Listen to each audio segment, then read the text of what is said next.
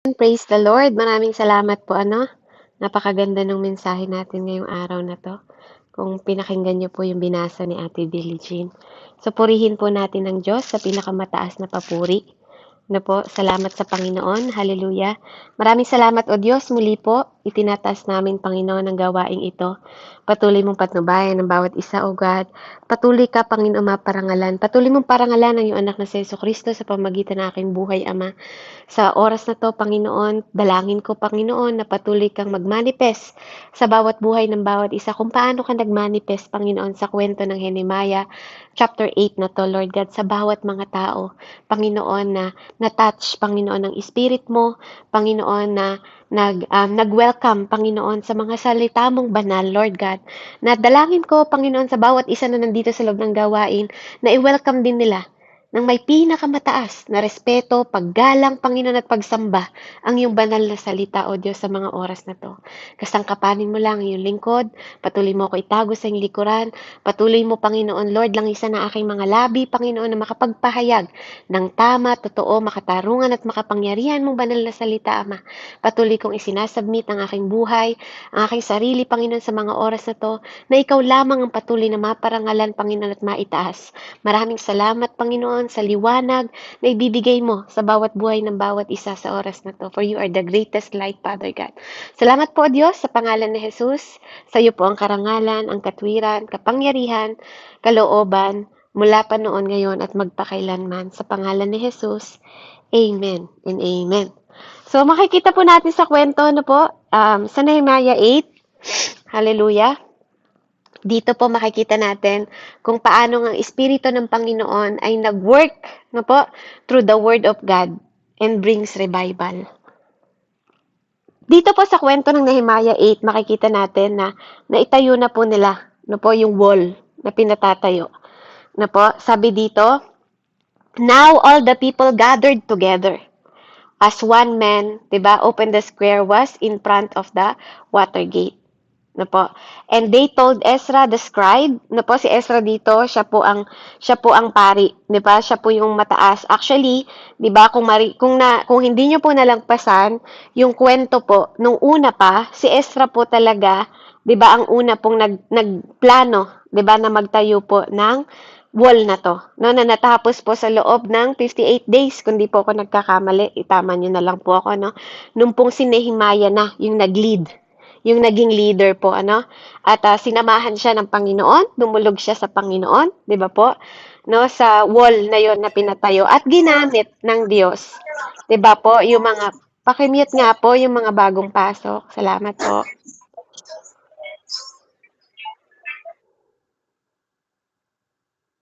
Amen. So, makikita natin doon, dito, i-demonstrate dito, sa first na binasa po, mula sa verse 1 hanggang 3, yung mga tao na nag-gathered and asked Ezra to read the God's word. Yun yung makikita nyo sa verse 1 hanggang 3. Kung paanong yung salita ng Panginoon po, talagang nauhaw sila. 'Di ba? Nauhaw po yung mga tao. Kaya pagkatapos na nagtagumpay sila ng pinatayo po yung wall po, at nagtagumpay sila, meron silang celebration at pinili nila na makinig ng salita ng Panginoon.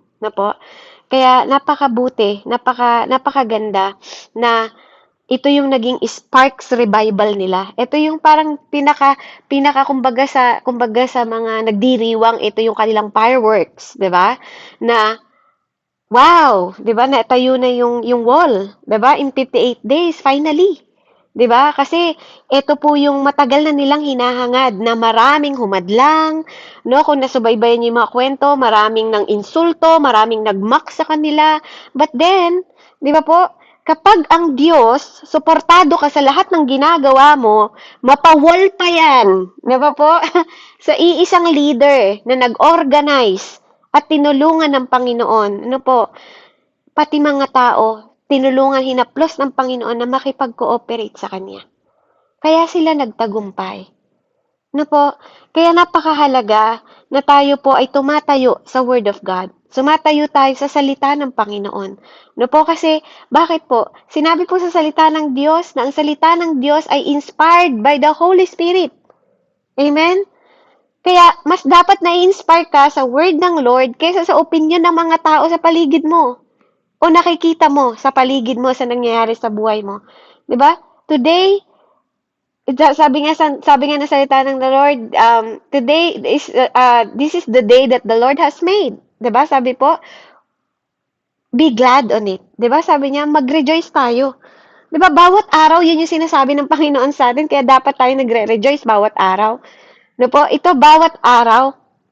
No po, kaya nung nag-start sila ng mag-gather po, makikita natin doon on how God demonstrate, no po, sa pamamagitan ng Espiritu Santo ng Diyos, nag-work po siya, no po, sa even before, no po, reading ng God's of Word, no po, dati, hindi nag-gather yung mga tao.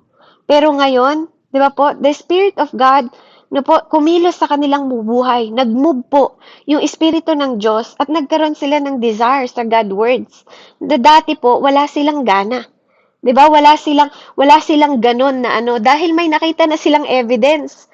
No po, may nakita na sila yung kanilang mga faith na boast. Bakit po? Kasi nakita nila may naitayo na eh. 'Di ba? Naitayo na sa pamamagitan po ng pagtutulungan nila din, 'di ba? Dahil sa pamamagitan ng pinakita ng Panginoon, yung cooperation nila, nag-flow doon. Nag-flow doon yung work ng Holy Spirit. Sa full work na ginawa po ng Holy Spirit sa kanila, napatunayan nila na ang Diyos ay buhay. Biruin niyo, 58 days natayo nila yung wall. Kaya ngayon, di ba dapat sila mag-celebrate? Pero tayo po, paano tayo nagse-celebrate? Kapag tayo ay nakakalagpas na sa mga pagsubok, sa mga kasi sila pinili nila na magbasa ng libro ng aklat ng Diyos. Tayo po, paano tayo nagse-celebrate, 'di ba? Dapat ganun din tayo, na simula noon, yung Book of Law of Moses na nagre-repair sa kanila noon na ang nakasulat, 'di ba, sa libro nila noon, Genesis, Exodus, Leviticus, Numbers, and Deuteronomy. Ito po yung Israel Instruction Manual na binabasa nila noon. Hindi katulad natin na meron na tayong bagong tipan. Mas lalo na tayo dapat na i-inspire sa Word of God. Diba? Sila ilang book lang yung hawak nila noon, pero grabe, nagmanifest po yung Holy Spirit. Kaya makikita natin dito, we know from the beginning si Ezra po, he care about people. At he cared about the word of God kasi siya yung pinaka high priest dito. Siya po yung scribe, siya yung pinagkakatiwalaan ng Panginoon at devoted po siya sa paglilingkod sa Diyos ng mga panahon na yon because he was the godly priest. At makikita natin dito na hindi lang siya ginagamit ng Panginoon, andun din po yung understanding na dapat niyang tinataglay bilang lingkod ng Panginoon. Ito po ay nagpapakita na tayo, kailangan hindi lang natin naririnig yung word of God. Every one of us, dapat po naiintindihan natin kung ano yung naririnig natin. Katulad po ngayon, nakikinig kayo sa salita ng Panginoon. Hindi nyo lang to papasok sa tenga nyo, lalabas sa kabila. Dapat ninanamnam nyo po ito. Kaya nga makikita nyo doon, from daylight, di ba?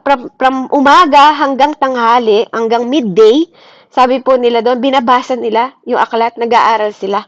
Nakikinig, biruin nyo, from mga 6 hours, di ba? He read God's word. And the people listen. Nakinig yung mga tao. 'Di ba? Sa panahon natin ngayon, sa church lang, 2 oras, inaantok na, naghihikab na, 'di ba po? Tumitingin na sa relo kung anong oras na.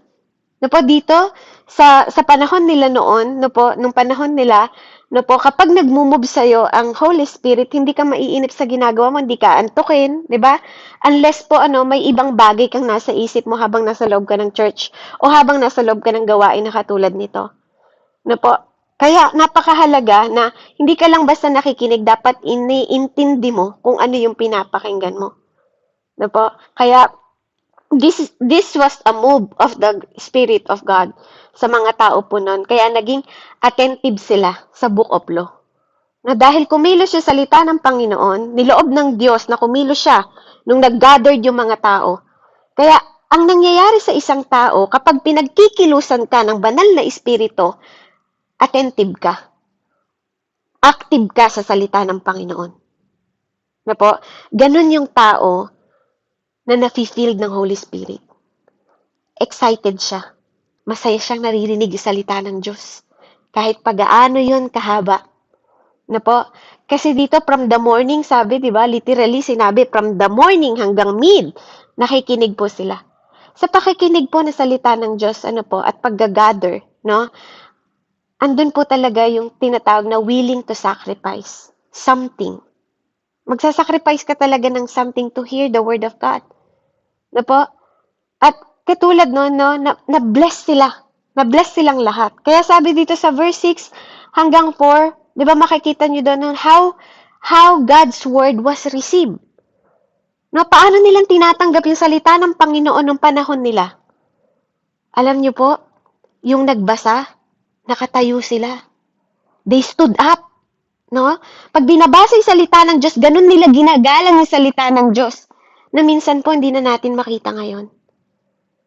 Na po, kung ano na lang yung upo natin, yung tayo natin, di ba? Alam niyo noon, pag dumarating na yung salita ng Diyos, tatayo po silang lahat. Lahat sila. No, tumatayo po sila para ipakita sa Diyos na ginagalang. Salita pa lang po yun, ng Panginoon.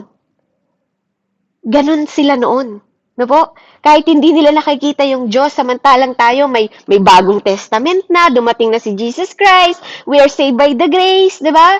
Pero ang salita ng Diyos parang binabaliwala ng maraming tao. No po? Pero pag pinakinggan niyo yung pagbabasa kanina, nalugod yung Diyos. Di ba? Nalugod yung Diyos sa ginagawa nila. No po? Kasi ganun sila kagalang noon kapag binabasa yung salita ng Panginoon. Tumatayo po silang lahat. No? So Ezra, scribe, stood on the platform on the wood which they had for the purpose. Yun yung purpose. And beside him, and his right hand, 'di ba? Doon daw po sa kanan at kaliwa niya, may mga nakatayo na mga katulong niya. No, mga sumusuporta po sa kanya. No, kasama niya si Matitiya, Shena, Anaya, Uriha, Hilka, Maazea, at sa left hand niya naman po, sa bandang kaliwa niya, andun si Padaya, Mishael, sorry po, no, kung mali yung aking, Mashiha, Hashum, Hasbanada, Zekaria, at Meshullam. At binuksan po ni Ezra yung book, 'di ba? At nakita po ng mga tao, and they was standing above all people when they open it. Grabe, no? Binuksan pa lang yung aklat ng libro ng Bible. Grabe, tumayo daw yung mga tao. 'Di ba? Tumayo sila dahil sa pagbibigay galang nila sa salita ng Diyos. And Ezra blessed the Lord, the great God. Sabi niya po. Then the people answer. Ano daw po sabi? Amen. Amen. 'Di ba? Dito po, napapagod na nga yung nagsasalita eh. 'Di ba? Napapagod na yung nagpapahayag ng Diyos. Parang wala man lang nag-a-agree ng amen. 'Di ba? Ita-type na lang ng amen. Kahit naman mabuti yung sinasabi ng salita ng Diyos, 'di ba? Or mag-heart, or 'di ba? Parang tamad na tamad tayo. Parang minsan nga, pag tinatawag sa loob, parang walang tao, 'di ba? 'Di ba? Pero sila, nakita niyo po kung paano sila sumamba. Bubuksan pa lang yung aklat ng libro ng Bible, nagtatayuan sila. Nagre-respond sila dun sa pastor. Nagre-respond sila dun sa nagtuturo. May support sa kanan at sa kaliwa. Di ba po? Ganun ka-cooperate yung mga tao noon. Na po, nawa po, this time, makita din natin yung ganitong klase ng paglilingkod sa Diyos. Ano po? Grabe yung paggalang nila sa salita ng Panginoon. Na po, kaya purihin ng Diyos. Na po, ako'y nagpapasalamat sa mensahe na to kasi bawat isa sa atin may kanya-kanyang ministry. No po, may mga ministry tayo.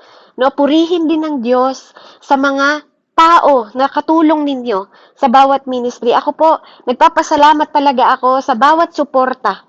No, kasi kailangan ng support ng bawat isa. No, lalo na yung mga pastor natin, kailangan ng suporta niyan. Yung mga leader natin, kailangan ng suporta ng mga yan. Kaya dito makikita niyo po, no, nakita niyo po yung kanilang pag-support sa kaliwa at kanan, may mga tao doon na nakatayo. No po? At makikita natin sa mga susunod dito, no po, na napaka yung unity na pinapakita po, no po, na kahit hindi komportableng mag-aral ng matagal na oras, pero nandun sila, 'di ba? Yung practical things po that we can do, no, to help God's word, 'di ba? Para matulungan natin ang ministry is a greatest effect po sa bawat pastor natin, sa bawat mga leaders po, ano? Kapag komportable ka sa isang kwarto, no po, yung kahit na may mga little distraction, no po, sa mga nagtuturong mga preacher, 'di ba? Yung clearly mong naririnig yung kanilang mga boses, 'di ba po? Na natutulungan ka sa pag-grow mo because of God's word, 'di ba? Napakaganda po ng epekto nito sa isang mananampalataya.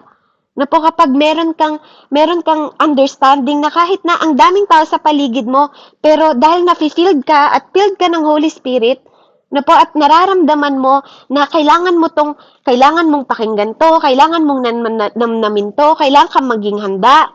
'Di ba yung puso mo ihahanda mo sa salita ng Diyos na naririnig mo. No po, makakalimutan mo siguro lahat ng agenda sa buhay mo. Siguro po lahat ng problema, your own agenda, 'di ba? Yung mga problema mo, yung mga circumstances na nasa paligid mo, yung mga distractions sa paligid mo, if you submit yourself to the words of God. Na po? Hindi yung preacher of word, 'di ba? Kundi yung word of God na napakinggan mo ngayong oras na 'to.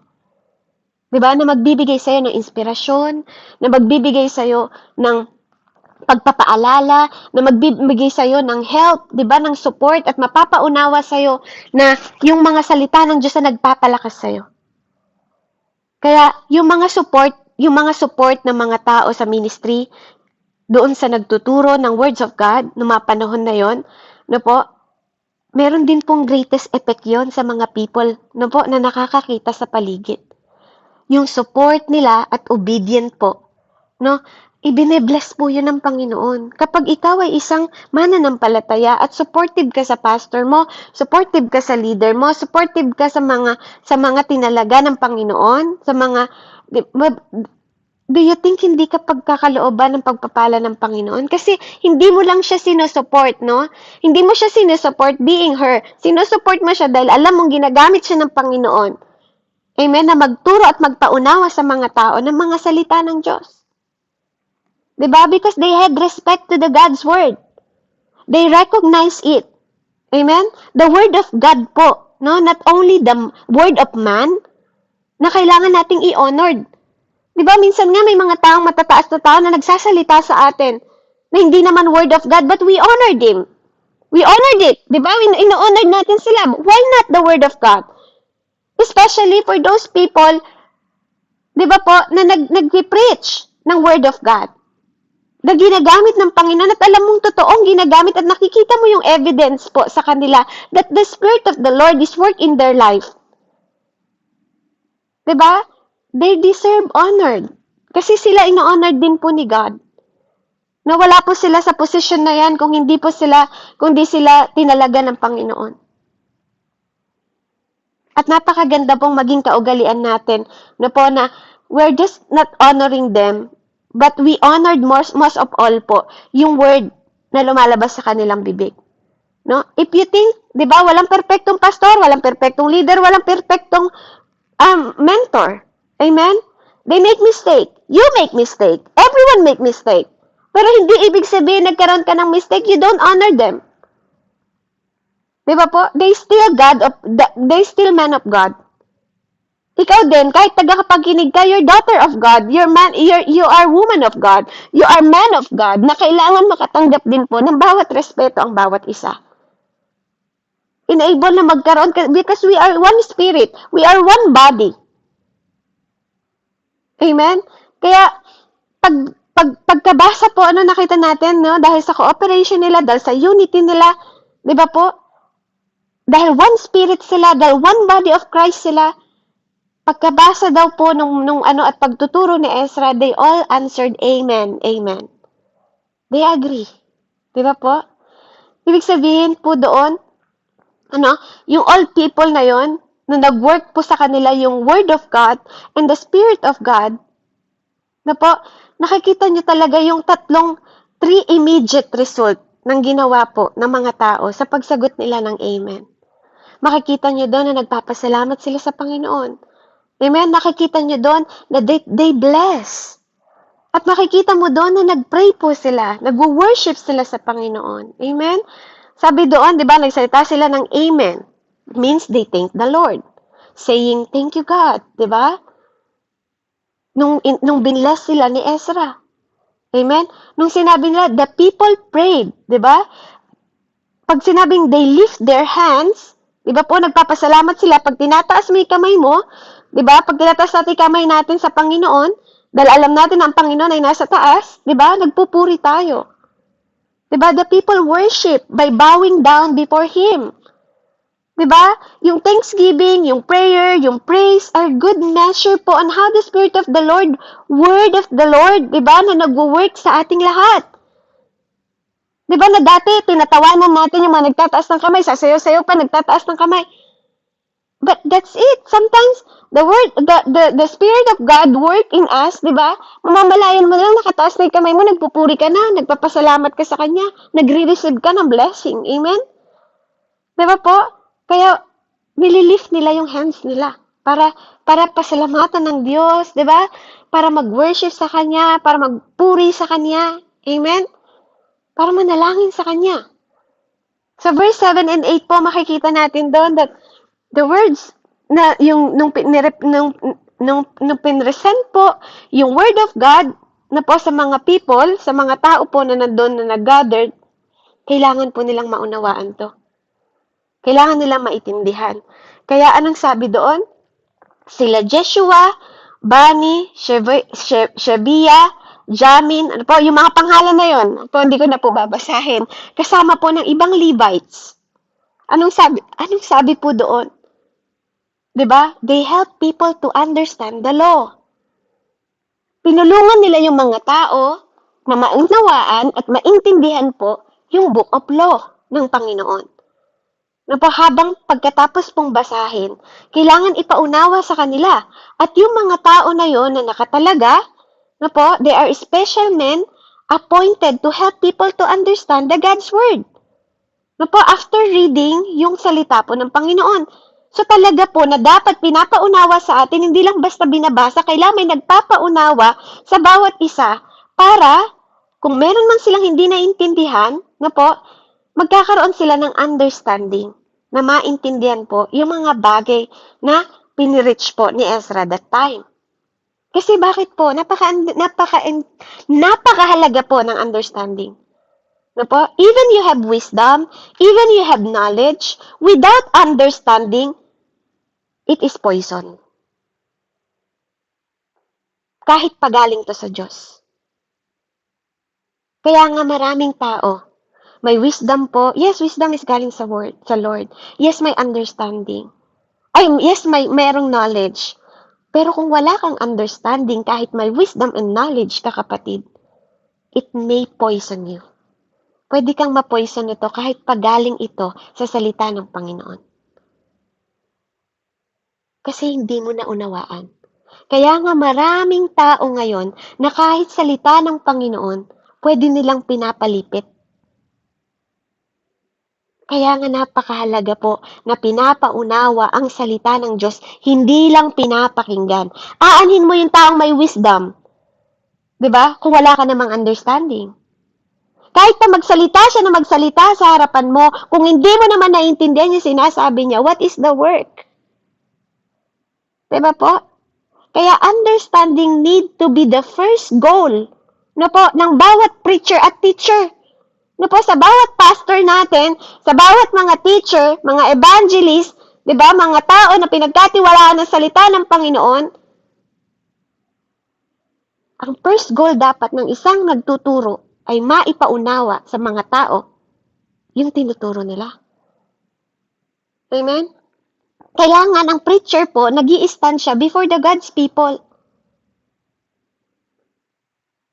Yung something na maaalala nila. Hindi yung ang dami mong sinabi. Mas madami pa ikwento mo ng buhay mo kaysa sa Word of God. Di ba po? We have to preach na po and to teach with understanding yung mga pinatatayo sa pulpit. Kailangan po nauunawa ng mga tao yung sinasabi mo. Kasi kung iiwanan mo yung mga tao na yan, na po, na hindi mo sila natulungan to become their life is better, di ba? At hindi mo sila mabibigyan ng greater understanding of the Word of God, bilang preacher, you are failure. Failure ka. Diba? Kaya napakahalaga po na bilang mga preacher, bilang mga pastor, bilang mga teacher, evangelist, dapat alam natin, abutin, 'di ba? Yung kaunawaan ng tao. Dapat meron tayong mga tagapagpahayag at kaya nga nagdi-disciple yung iba eh. Kaya yung mga dinadisciple naman, wag masyadong marunong, wag masyadong magaling.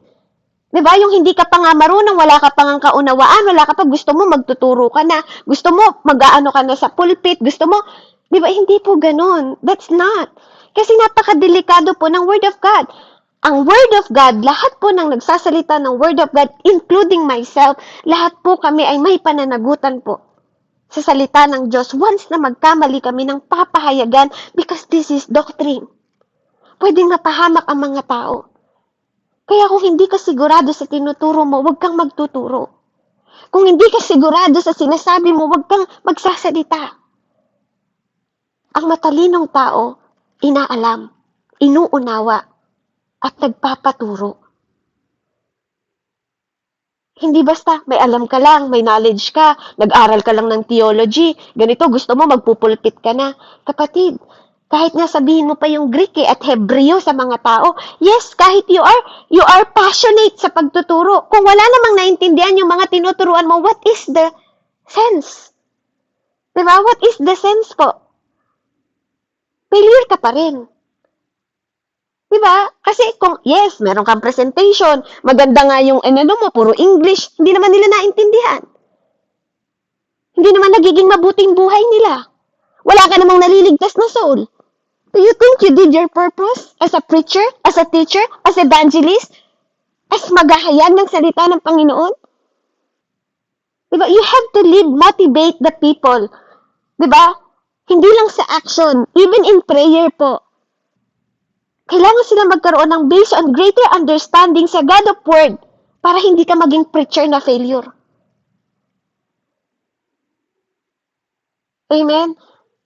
Kaya napakahalaga po ng understanding. No po? Kaya dito makikita natin na may nagtuturo sa kanila, may nagpapaliwanag sa kanila. Para maging better yung buhay nila.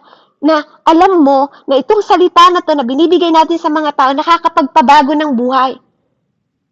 Diba po? Hindi lang yung puro dramang istorya. Diba? Hindi lang po yung entertainment. Hindi lang po yung mga sense of humor or amused by humor. Di ba po, hindi po puro kayabangan. Kasi kung puro kayabangan lang ang salita ng Panginoon at wala kang nababagong buhay, lagi po tayong mananatiling failure lang. Hindi natin nagagawa yung purpose ng Panginoon. Kaya admire people na nakikita din sa inyo, sa mga pastors, sa atin, di ba, sa ating mga Kristiyano, nakikita yung pagbabago ng buhay natin. Hindi lang sa salita. Hindi lang sa pakikinig. We are doers. Amen? You have to understand the God's word na pinipreach mo, di ba po? Because you are accountable before God. Accountable ka sa lahat ng yan. Kaya nga po dito sinabi, help the people to understand the law. It is very important to see why God people need special help in understanding God's word. Di ba po? Kaya kung lahat tayo magtuturo, lahat leader, walang makikinig, di ba po, hindi pwedeng ganon. Di ba? Kung lahat pari, lahat pastor, hindi rin pwedeng ganon. Di ba po? Kaya meron tayong binibigay po na mga bagay ang Panginoon sa atin, na yung spiritual discernment natin, no po, hindi lang po intellectually discern. The Holy Spirit uses gifted, no po? Gift po sa mga teacher to bring spiritual discernment to us. to help us to understand what God's words is. No po? Second po, tinuturungan tayo, no?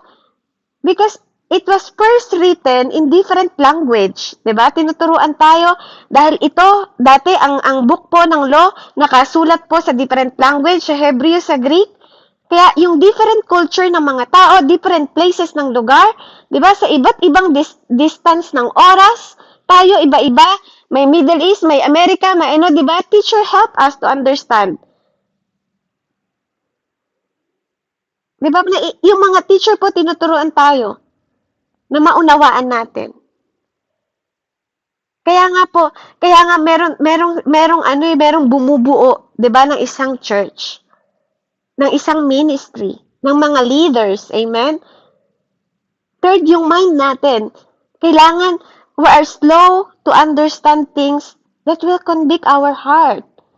Na dapat yung salita ng Panginoon nakukonvict tayo. Binubuksan natin yung puso natin. 'Di ba? Para maintindihan natin kung ano po yung pinapaunawa ang revelation ng Panginoon.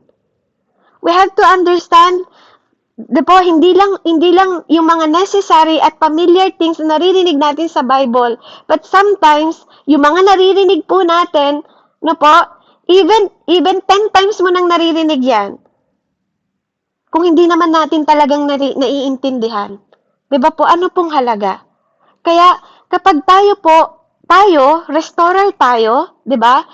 Tayo po tinutulungan tayo, kumbaga, lalagyan ka ng Panginoon eh. Ikaw yung location ng Lord na pinaglalagyan ng salita ng Panginoon, no po, to reveal the things sa mga tao. 'Di ba? Para maging makulay yung buhay nila. 'Di ba? Para maging brighter yung buhay nila, para maging yung detalye maging clear sa kanila, para maintindihan nila. 'Di ba? Yun yung understanding. 'Di ba po na pinapakita dito na maging malinis sila, na lumakad sila sa katwiran, lumakad sila sa katotohanan, 'di ba? Lumakad sila ng may liwanag yung buhay nila. Na tinuturuan mo sila sa pamagitan ng salita ng Panginoon, na nagiging impact yung buhay mo sa kanila dahil nakikita nila even sa buhay mo nagliliwanag ang presensya ng Panginoon. Diba? Kaya wag lang natin bastang binabasa. Kaya yung mga nagtuturo, mga preacher po, we need to speak clear. Diba? And easy to understand. Yung madaling maunawaan. Kasi ang goal po natin dito, to make people understand, not to impress or entertain them. Hindi lang para i-entertain yung mga nakikinig dito o impress kayo sa bawat buhay ng mga preacher, ng mga pastor sa harapan ninyo. Kundi, magkaroon po ng goal. Na po, magkaroon yung dapat lahat ng mga speakers, magkaroon po ng goal na maging clear and easy to understand, yung simpleng maintindihan po ng mga makikinig, yung pinapahayag na salita. Hindi lang po para ma-impress, meron kang mga computer ganito, may mga salita na ganito, may Hebrewong salitang ganito, ganyan. Kasi hindi naman na-impact yung buhay nila. Kaya dito sabi, they gave sense and helped them to understand the reading. Kaya napakahalaga po, the preacher must communicate the sense of the passage of the scripture. Ano po, hindi yung may own agenda ang isang preacher. Hindi may own agenda yung pastor. Hindi may own agenda yung teacher. Diba? O kung sino man ang nagtuturo. Diba po? Imbis na salita ng Panginoon, yung favorite personal topic na ang nangyayari. Diba po? The people must understand the God words better. Not to understand the preacher opinion better. Hindi yung opinion na nagtuturo, kundi yung opinion ng salita ng Diyos na dapat tumanim sa puso at isip ng mga tao. Amen? Hindi yung mga personal na buhay natin, kundi kung paanong nagpapahayag ang Panginoon. Diba? Yung personal na buhay natin, nagiging testimony na lang yan dahil sa test ng Panginoon. At witness tayo sa nangyayari sa buhay natin as we praise God. Because we live and we follow because of our obedience po. Diba, sa Diyos, kaya nararanasan natin yung katapatan ng Panginoon.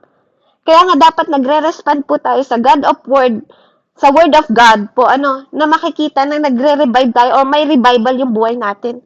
Kaya nga sa verse 9 to 11, makikita po natin doon kung paano nag-respond yung mga tao dahil sa effective na pagtuturo ni Ezra at pagpapaunawa ng mga tao na nasa paligid ni Ezra, they're wept. Umiyak po sila. Nag-iyakan sila kasi naranasan nila kung gaano kabuti ang salita ng Panginoon sa kanilang buhay. Nag-mourn sila, 'di ba? This is the day that the Holy Lord your God, sabi po ni Ezra nung nagtuturo siya. Ano po? Si Nehemiah, nandoon din sila, naggo-govern for sila, 'di ba? Andun yung mga scribe ng Levites na nagtuturo sa mga tao para maunawaan ang salita. Kaya sinasabi nila, hindi to panahon para umiyak kayo. Diba, dapat magpuri kayo sa Diyos. Yun po yung sinasabi nila, di ba? Go your way, eat the pots, drink a sweet. Mag-celebrate tayo. Di ba? Ito yung binibigay ng Panginoon sa atin. Ito yung binigay ng Diyos sa atin. For this is the day is holy to our Lord. Sabi niya, ito ay banal, ito ay kapuri-puri sa harap ng Panginoon. Do not sorrow, huwag kayo matakot. Kailangan may joy kayo sa buhay ninyo. May joy na galing sa Diyos. Diba? Kasi ang Diyos ang nagbibigay ng kalakasan sa inyo. Yun po yung sinasabi niya, yun yung pinapahayag nila. Diba? Kaya sa the Levites, sabi niya, the Levites quieted all the people saying, be still. For the day is holy, do not be grieved. Diba? Hindi nyo kailangan umiyak. Diba? Hindi kailangan na mag-ano kayo. Diba? Kasi ito ang salita ng Panginoon. Amen? Ganun din po yung pinapahayag sa atin ngayon. Diba? Bakit kayo punong-puno ng sorrow sa puso ninyo ngayon? Bakit kayo punong-puno ng pag-aalala sa puso ninyo ngayon? Bakit kayo punong-puno ng problema sa puso ninyo ngayon? Naagaw na ba yung kagalakan na binibigay ng Diyos sa puso nyo? Temporary lang ba yung kaligayahan na binibigay ng Panginoon sa mga puso ninyo? Na kapag nagkaroon na tayo ng problema, hindi na natin naiisip that all scripture is given by inspiration of God. Di ba? Profitable for doctrine, for reproof, for correction, for instruction in righteousness. Hindi ba natin naiintindihan at nauunawaan na ang salita ng Panginoon ay instruction sa atin para hindi mawala yung joy natin, na hindi mawala yung pagmamahal ng Panginoon sa atin, na hindi natin na makita na mas malaki ang problema kaysa sa Diyos natin? Diba? Bakit pag nagdadaan tayo sa mga problema, nawawala yung joy? Diba? Dapat stable yun. Kasi kung totoong nasa yung Espiritu ng Diyos, nasa iyo ang Diyos, hindi ka mawawalan ng joy. Because that is the fruit of the Holy Spirit. Hindi mawawala yung love mo. Hindi mawawala yung patient mo. Hindi mawawala yung self-control mo. Hindi mawawala yung faith mo. Amen po ba? Diba? Hindi mawawala yung goodness and kindness mo. Kasi you are filled by the Holy Spirit. And now you are the temple of the Holy Spirit. Do not mourn. So, wag na po tayong nag-aalala. We have to understand. Kailangan magkaroon tayo ng knowledge natin. No po, wisdom and understanding. That our Jesus Christ, our Savior, di ba po, is greater. No po, even our sin is greater. But He is a greater Savior. Diba? Bakit pa kayo nalulungkot? Bakit kayo nag-aalala? Bakit tayo kailangan, parang ang lungkot-lungkot nating mga Kristiyano. Diba po? Kailangan nakukonvict tayo na, kapatid, pinatawad ka na. Diba? Meron tayong salvation. Diba? Buhay ka ngayon. Wala ba tayong bagay na pwedeng ikagalak? Wala ba tayong bagay na pwedeng ipagpasalamat at ipagpuri sa Panginoon? We have to walk by joy because God was doing a great work sa buhay natin. Kaya nga sabi tuwing dumadaan kayo ng pagsubok, magalak kayo. Inuulit ko, magalak kayo. Diba po? Our emotion are not beyond our control. We can do God's will even when we don't feel like it. Diba? Dapat ganun. Kahit di natin nararamdaman na magpupuri pa rin tayo because we know. Diba? We know that He is a greater God. That He is in control. Na lahat ng bagay sa buhay natin na malalampasan natin, it come to pass. Diba? Kaya sa verse 12, makikita nyo lang, the people choose to rejoice. Binili nilang mag-rejoice, pinili nilang magpuri, kapatid. Diba? Nag-praise po sila because, what? They understand the word of God. Na nagbiring sa kanila, nagbigay sa kanila ng sweet sense of joy. Dapat ganun din tayo. Diba? Sa verse 13, makikita nyo, the leaders gathered for more study the word of God. Yung na-inspire naman lalo yung mga leaders. Nag-aral pa sila ng nag-aral ng ituturo. Diba? Kaya, leader po, ang mga leader po, they have a special need to understand and walk in God's words. Sa ating mga leader, dapat nakikita tayo na lumalakad tayo No, wag tayong maging ignorance or disobedient. No po? Kailangan natin magkaroon po ng kaunawaan at maging epekto 'yon, 'no? Maging epekto sa bawat isa, magkaroon tayo ng impluwensya sa mga nasasakupan. 'Di ba po? Sa mga ministry, sa mga tao sa paligid natin. Amen?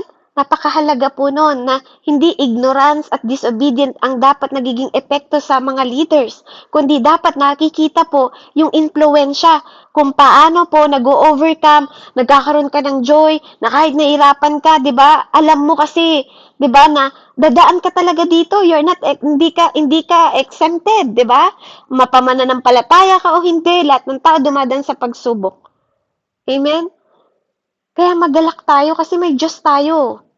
Amen, may Diyos tayong pinagkakatiwalaan. Sa verse 14 hanggang 18 po, last verse, the people keep the feast of tabernacle. Pinagpatuloy po nila yung gawain ganito. Simula nung sinimulan nila, no po, dahil na alam nila na ginagawa ito every seventh of ano, 'di ba? Kasi ang seven po, prophetic word ng seven is completion, no?